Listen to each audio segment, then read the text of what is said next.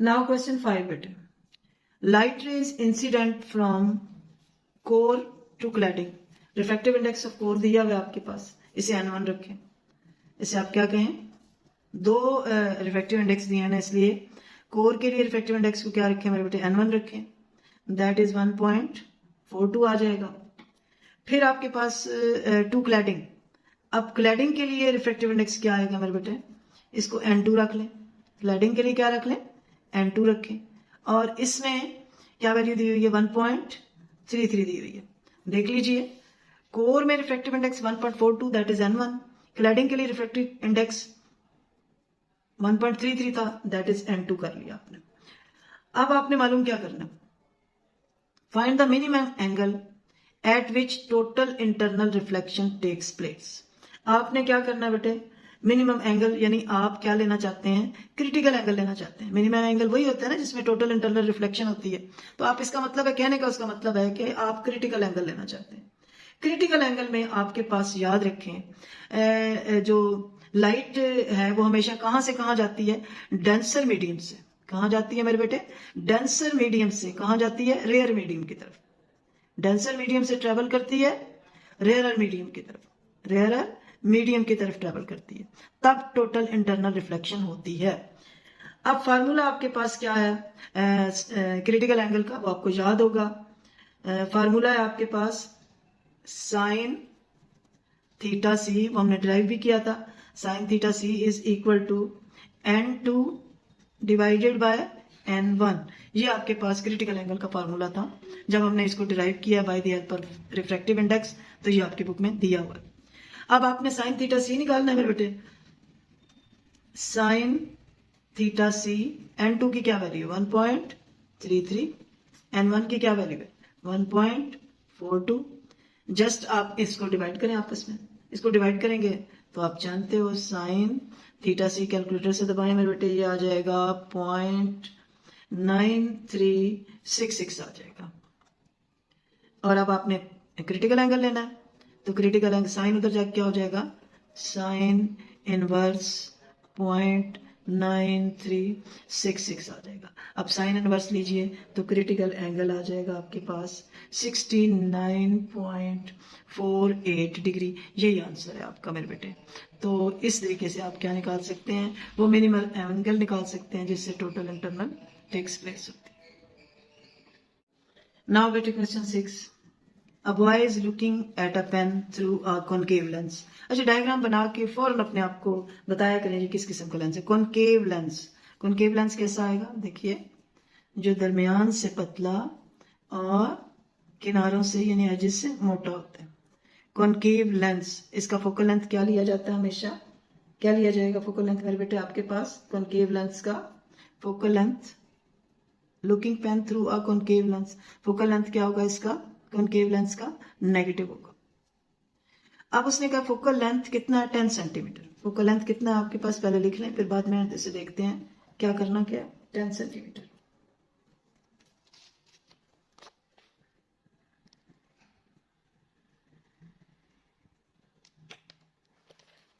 इसके साथ minus sign लगाएं क्योंकि फोकल लेंथ क्या आपके पास आ रहा है, negative. What is the power of lens, इसमें भी दो पार्ट है। पहला पार्ट वो क्या जानना चाह रहा है कि पावर ऑफ लेंस क्या आएगी। पावर ऑफ लेंस में नेगेटिव या पॉजिटिव की इतनी जरूरत नहीं है। पावर किसके बराबर होती है, 1 by focal length taken in metre, यानी फोकल लेंथ लेना है मीटर के अंदर, तो 1 बाय, आप इसको मीटर में चेंज कर लीजिए पहले, तो ये क्या आ जाएगा 10 बाय 100, सिफर सिफर से गया, दैट इज आपके पास क्या आ जाएगा 0.1 मीटर। ये हमने फोकल लेंथ को किसमें चेंज कर लिया, मीटर में। यहाँ आप क्या लगा लेंगे, पावर निकालने के लिए साथ आपको नेगेटिव या पॉजिटिव लगाने की कतई कोई जरूरत नहीं है, जैसे मैग्निफिकेशन के साथ आपको जरूरत नहीं होती। तो ये क्या आ जाएगा आपके पास 0.1। अब आपके पास पावर, इसको आप कैलकुलेटर से करेंगे तो आपके पास सीधा साधा क्या आ जाएगा 10, और इसकी यूनिट क्या है, डायोप्टर। क्या यूनिट है, तो पावर कितनी आ जाएगी 10। चाहे तो आप फोकल लेंथ यहाँ नेगेटिव लिख लें तो -10 डायोप्टर आ जाएगी। माइनस साइन शो करेगा ये कौन सा लेंस है आपके पास, you are using concave lens, आप यूज कर रहे हैं। ये इसका ये पार्ट था। ना मेरे बेटे इसका बी पार्ट। बी पार्ट में मुझे कहता है pen is at 10 centimetre from concave mirror, यानी डिस्टेंस ऑफ ऑब्जेक्ट दिया है उसने, कितना दिया हुआ है 10 सेंटीमीटर। सॉरी, इसको ब्लॉक के अंदर लिखें ताकि वो कंफ्यूज आपको ना करें, हमेशा आंसर को ब्लॉक के अंदर जरूर करें। डीओ कितना आपके पास 10 सेंटीमीटर। आपने क्या मालूम करें, find the location and nature of image. आपने लोकेशन का मतलब ही क्या होता है, मैं पहले भी आपको बता चुकी। लोकेशन का मतलब होता है मेरी जान डिस्टेंस ऑफ इमेज। फिर उसके बाद इसका तीसरा पार्ट भी है nature. Nature distance of image positive होगा तो नेचर रियल एंड इन्वर्टेड होगी, अगर नेगेटिव होगा तो नेचर क्या आ जाएगी, वर्चुअल एंड इरेक्ट आ जाएगी। वही आपके पास क्या करें, लेंस फार्मूला लगाएं, 1/f is equal to 1/do plus 1/di। फार्मूले के अंदर पहले कभी भी नेगेटिव और पॉजिटिव लगाने की कोशिश ना करें। जब आप एवेलुएट करें यानी बीच में वैल्यूज डालें तब आप नेगेटिव और पॉजिटिव उसमें डाल सकते हैं, चाहे फोकल लेंथ नेगेटिव है या आपके पास डिस्टेंस ऑफ इमेज नेगेटिव है। अब आप इसमें वैल्यू डालेंगे ना फोकल लेंथ की, तो अब नेगेटिव डालें, 1/10 डालेंगे, साथ नेगेटिव साइन डालें। आपने क्या मालूम करना है, डी आई मालूम करना है, डी ओ दिया हुआ है, कितना दिया हुआ है, ये भी कितना दिया हुआ है 10 दिया हुआ है, प्लस 1/di आ जाएगा। अब इसको इधर ले जाएं, -1/10 बेटे, ये भी इधर जाके क्या हो जाएगा, -1/10 इज इक्वल टू 1 क्या आ जाएगा मेरे बेटे डी आई। एलसीएम लें, 1/di एज इट इज चलाएं, साथ साथ 10 एलसीएम आ जाएगा, तो 10 इससे डिवाइड होके -1, 10 इससे डिवाइड होके -1, तो ये आ जाएगा -2/10 इज इक्वल टू 1 मेरे बेटे डी आई आ जाएगा। कटिंग कर लें और फिर आप आसानी से इसको क्या कर सकेंगे, ये देखें 2 1s are 2 और 2 5s are, आपके पास आ गया -1/5 इज इक्वल टू 1 क्या आ गया डी आई। कंपेयर कर लें तो सिंपल -di क्या आ गया आपके पास 5 सेंटीमीटर। आपने देखा कि आपके पास डिस्टेंस ऑफ इमेज कितना आ गया 5 सेंटीमीटर। क्लियर हो गया मेरे बेटे। अब एक और चीज, वो तीसरी चीज भी मांगता है, मैं यही कर देती हूँ, सी पार्ट। वो पूछता है नेचर, उसने आखिर में क्या कहा, नेचर ऑफ इमेज। मैंने आपको पहले भी समझाया था, नेचर पता चलती है अगर डिस्टेंस ऑफ इमेज पॉजिटिव होगा तो नेचर क्या होगी, रियल एंड इन्वर्टेड। अगर डिस्टेंस ऑफ इमेज नेगेटिव होगा, यहां पर डिस्टेंस ऑफ इमेज नेगेटिव आ रहा है, तो नेचर क्या आएगी, वर्चुअल एंड इरेक्ट। नेचर क्या आएगी, वर्चुअल एंड इरेक्ट। ये आपके पास नेचर आ गई।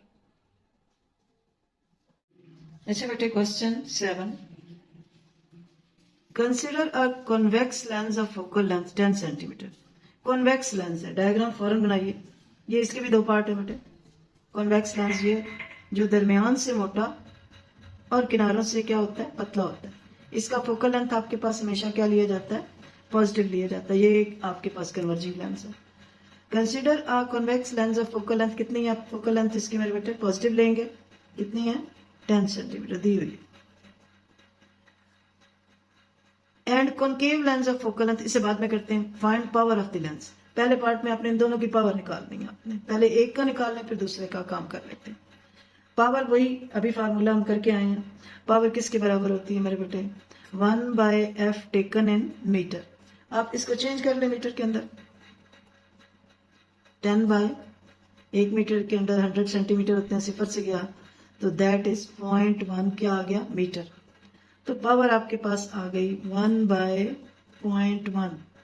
आप इसे डिवाइड करें कैलकुलेटर से तो ये आपके पास कितनी आ गई 10 डायोप्टर। अच्छा, डायोप्टर को कैपिटल डी से भी रिप्रेजेंट करते हैं, आप इसे कैपिटल डी भी लिख सकते हैं। इसका मतलब डायोप्टर यानी power is equal to 10 D भी लिख सकते हैं। ये आपके पास किसकी पावर आ गई, पहले पार्ट में कॉन्वेक्स लेंस की आ गई। अब इसी का सेकेंड पार्ट भी है, बी पार्ट भी इसने दिया हुआ। वो कहता है कि कॉनकेव लेंस। अब कॉनकेव लेंस मैंने पहले भी आपको डायग्राम बना के दिखाई थी कि ऐसा लेंस जो दरमियान से पतला और किनारों से मोटा होता है, ये क्या होता है आपके पास कॉनकेव लेंस है। कॉनकेव लेंस का फोकल लेंथ हमेशा क्या लिया जाता है, नेगेटिव लिया जाता है।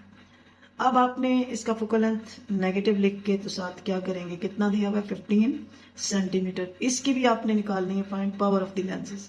इकट्ठा सवाल दे दिया था उसने कि पावर ऑफ द लेंसेज निकालनी, वही formula P is equal to 1/f taken in metre.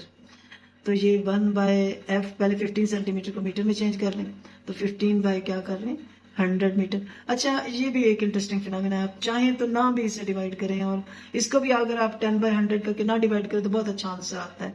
उसको फिर डायरेक्ट आप आंसर ले लेते हैं। देखिए 15/100 आपके पास आ गया।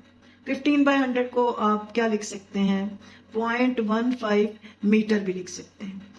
ना भी करें डिवाइड तो तब भी काम मान जाता है। आप यहाँ क्या लिखें, 0.15 मीटर आ गया आपके पास। अब आपने पावर लेनी है तो इसे आप कैलकुलेटर से डिवाइड करेंगे तो ये मेरे बेटे आ जाती है 6.666 आती है। तो इसकी वजह से यहाँ नेगेटिव साइन लगाएंगे, यहाँ पे भी नेगेटिव साइन आएगा, यहाँ पे भी क्या आएगा आपका, नेगेटिव साइन आएगा। आपने डी लिखनी है, डायोप्टर को डी लिख सकते हैं। आप इसको जब राउंडिंग ऑफ करते हैं ये आता तो आंसर 666 चलता जाता है, तो पावर इज इक्वल टू आ जाएगी -6.67 डी आप लिख लें। और नेगेटिव साइन शो करता है कि ये कौन सा लेंस है, आपके पास कॉनकेव लेंस है। आपको पता है डॉक्टर्स के पास जब आप जाते हैं ना, तो वो जो आपको एनकों के लिए नंबर लिख के देता है ना, वो इसी तरह ये डायोप्टर में होता है। यहाँ आप कभी अपनी वो जो लोग एनक लगाते हैं डिस्क्रिप्शन निकाल के देख लें कि ये जो पावर है वो आपके पास डायोप्टर में दी होती है, और पॉजिटिव और नेगेटिव साइन शो करता है कि which lens is suitable for you. अच्छा बेटे, last question of this chapter, question 8 है मेरे बेटे। इसके भी 2 पार्ट है। An object is placed from convex lens. पहले तो आप फॉर्म डायग्राम बनाया करें कॉन्वेक्स लेंस की। कॉन्वेक्स लेंस है ये वाला जो दरमियान से मोटा है और किनारों से पतला आता है। कॉन्वेक्स लेंस का focal length always taken as positive लिया जाता है क्योंकि कन्वर्जिंग लेंस है। ऑफ पावर 10 डी डायोप्टर दी हुई, यानी पावर ऑफ दी लेंस दी हुई है, कितनी दी हुई है, 10 डी। ये इंपॉर्टेंट क्वेश्चन है, जल्द में रखिएगा। इसी तरह का पहले भी आपने 2 पार्ट किए हैं, तो ये ज्यादा इंपॉर्टेंट है, यानी उससे भी इंपॉर्टेंट क्वेश्चन है। 10 D from where an object should be placed, कहाँ रखा जाए ऑब्जेक्ट, यानी डिस्टेंस ऑफ आपने क्या निकालना है, ऑब्जेक्ट निकालना। और कुछ भी नहीं दिया, सारी चीजें आपने मालूम करनी है। मैग्निफिकेशन कितनी दी हुई है आपके पास, 3 टाइम्स रियल इमेज। मैग्निफिकेशन कितनी दी हुई है, जस्ट 3 टाइम्स। शर्त क्या है, रियल। रियल होगा तो श्योरली मेरे बेटे इन्वर्टेड भी होगा। रियल के साथ हमेशा आपने याद रखना कि real and inverted, virtual and erect, ये 3 चीजें दी हुई हैं और आपने डी निकालना। आपने आराम से अपना वो लेंस फार्मूला लगाए, 1/f is equal to 1/do plus 1/di। हमेशा याद रखें, कभी भी फार्मूले के अंदर नेगेटिव जो साइन है वो साइन कन्वेंशन को यूज ना करें। जब वैल्यूज डालें फिर करें। अब आपके पास फोकल लेंथ भी नहीं दिया हुआ, हमने फोकल लेंथ भी निकालना है, और हमने मेरे बेटे क्या निकालना है, डी आई भी नहीं दिया हुआ। तो इसके लिए सारी चीजें हम नीट में यहाँ साइड पे करेंगे। ये हमारा नीट ही काम होता है, लेकिन साइड पे करते हैं, बीच में ना डाला करें, एग्जामिनर को समझ नहीं आती और आपको नंबर नहीं मिलते। अब पहले मैं पावर से क्या निकालूंगी, फोकल लेंथ निकालूंगी। पावर कितनी दी हुई है, क्या फार्मूला है पावर का, 1/f इन मीटर। क्या दी हुई है पावर, 10। देखिए 10 डालें, is equal to 1/f in metre. इसे इधर ले जाएं क्योंकि हमें फोकल लेंथ चाहिए, इसे इधर ले आए तो फोकल लेंथ मीटर में आ जाएगी आपके पास 1/10। आपको फोकल लेंथ किस में चाहिए होती है सवालों के अंदर, सेंटीमीटर में। फोकल लेंथ किस में चाहिए, आपको सेंटीमीटर में चाहिए मेरे बेटे। आप क्या करें, इस 1/10 को मल्टीप्लाई किससे कर लें, 100 से। एक सिफर इस सिफर से गया, आपके पास फोकल लेंथ क्या आ गई मेरी जान, 10 सेंटीमीटर। अब सेंटीमीटर यहाँ लें जी, हमने एक काम कर लिया, हमने फोकल लेंथ निकाली। नाउ हम इसके साथ फोकल लेंथ लिख लेते हैं, कितनी आ गई आपके पास, 10। 1/do तो हमने निकालना है, इसको एज इट इज करें। अब मसला हमारा डी आई का रह जाता है। अब डी आई के लिए वही हम सीख चुके हैं, मैग्निफिकेशन से हम निकालेंगे। मैग्निफिकेशन किसके बराबर होती है, DI/DO। आप जानते हैं इमेज रियल है, तो इस वजह से यहाँ DI क्या रहेगी, पॉजिटिव रहेगी, रियल की वजह से। मैग्निफिकेशन 3, DI/ क्या आ जाएगा, DO। आप इसे इधर ले जाए मेरे बेटे, तो DI की वैल्यू आपके पास मेरी जान कितनी आ गई, 3DO। ले जी, हमारे 2 बातें हल हो गई, सॉल्व हो गई। अब DI की वैल्यू डालें। पॉजिटिव आने की वजह यह है कि इमेज क्या था आपके पास, रियल था। प्लस क्या आ जाएगा, 1/ क्या आ जाएगा, DI, 3DO आ गई। आप जस्ट सॉल्व करेंगे तो it will give you the value, DO की वैल्यू दे देगा। 3DO आपके पास एलसीएम आ गया, 1/10 भी साथ चलाएं। DO से क्या, यहाँ क्या रह गया, 3 प्लस ये पूरा 3DO कैंसिल हो गया, यहाँ 1 तो 1/10 इज इक्वल टू क्या आ गया 4/3DO। क्योंकि इस तरह की वैल्यू आ गई तो मैंने पहले कहा था अगर ऊपर नीचे वैल्यूज आए तो क्या किया करें, क्रॉस मल्टीप्लाई सबसे सूटेबल मेथड है इसको सॉल्व करने का। 3DO इज इक्वल टू क्या आ जाएगा 10 multiplied by 4, DO is equal to 10 multiply 4 और ये नीचे जाके क्या हो जाएगा 3 डिवाइड। अब आप सिंपल अपना कैलकुलेटर दबाएं तो it will gives you the answer 13.3333 centimetre. ये क्या आ गया आपके पास मेरे बेटे डिस्टेंस ऑफ ऑब्जेक्ट। अब हम इसका करेंगे इसके बाद बी पार्ट। नाउ बेटे क्वेश्चन 8 का ये अब बी पार्ट है। An object is placed from convex lens. वही आपके पास क्या है कॉन्वेक्स लेंस है, इसका फोकल लेंथ पॉजिटिव होता है, कन्वर्जिंग होता है। अब पावर दी हुई है मेरे बेटे आपके पास 10D, 10 डायोप्टर इससे मिला दें। From where an object should be place, आपने क्या मालूम करना है डिस्टेंस ऑफ ऑब्जेक्ट निकालना है टू गेट 3 टाइम्स अब वर्चुअल इमेज। सेम क्वेश्चन है, सिर्फ अब क्या है मैग्निफिकेशन 3 टाइम्स ही है, लेकिन अब इमेज क्या पहले रियल था ना, अब आपके पास क्या है वर्चुअल इमेज है। वर्चुअल होगा तो यकीनन आपके पास DI क्या आएगी नेगेटिव आएगी। आप सिंपल फार्मूला लगाएंगे अपना lens formula 1/f is equal to 1/DO plus 1/DI लगाएंगे। आप उसी तरह जैसे पहले आपने सारी चीजें निकाली हैं मेरे बेटे, यहाँ पर भी आप पावर से फोकल लेंथ निकालेंगे और इसी तरीके से DI निकालेंगे मैग्निफिकेशन से।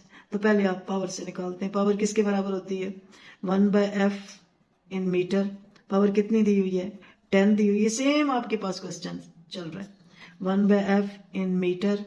आप इसे इधर ले जाएं मेरे बेटे, इसे इधर ले आए तो focal length taken in metre आ जाएगी आपके पास 1/10। आपने इसे सेंटीमीटर में लग करना है, फोकल लेंथ को किस में लेना है सेंटीमीटर में। तो आप इसे मल्टीप्लाई करेंगे किससे मेरी जान 100 से, सिफर सिफर से जाएगा तो फोकल लेंथ आपके पास आ जाएगा 10 सेंटीमीटर। ये आपके पास एक पार्ट आ गया, ये पहले भी आपने ऐसे किया। अब आप इसकी जगह पर क्या लगा लें 10। DO तो आपने निकालना है 1/DO। अब आपने क्या करना है DI की वैल्यू लेनी है। आपको समझ है कि DI की वैल्यू आपने किससे लेनी है मैग्निफिकेशन से।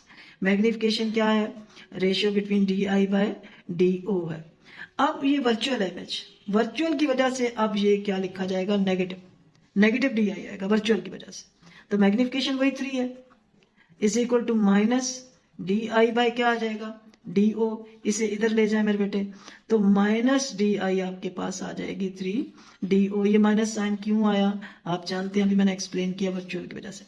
अब आप फार्मूले में यहां लगाएंगे माइनस साइन और क्या लगाएंगे 1/3DO आ जाएगा। नाउ एलसीएम लें 3DO आपके पास एलसीएम आ गया 1/10 बेटे। DO से गया यहाँ क्या आ गया 3 माइनस आपके पास क्या आ गया मेरे बेटे 1 आ गया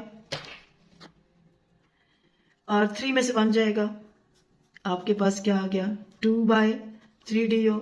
यहां भी आपको क्रॉस मल्टीप्लाई करना पड़ेगा तो 3DO इज इक्वल टू आ जाएगा 10 मल्टीप्लाइड बाय 2।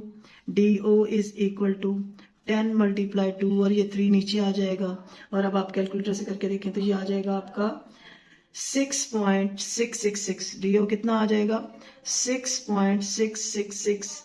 आप इसे चाहें तो क्या लिख सकते हैं 6.67 सेंटीमीटर। दैट इज क्या आ जाएगा distance of object if magnification is 3 time और इमेज इज वर्चुअल।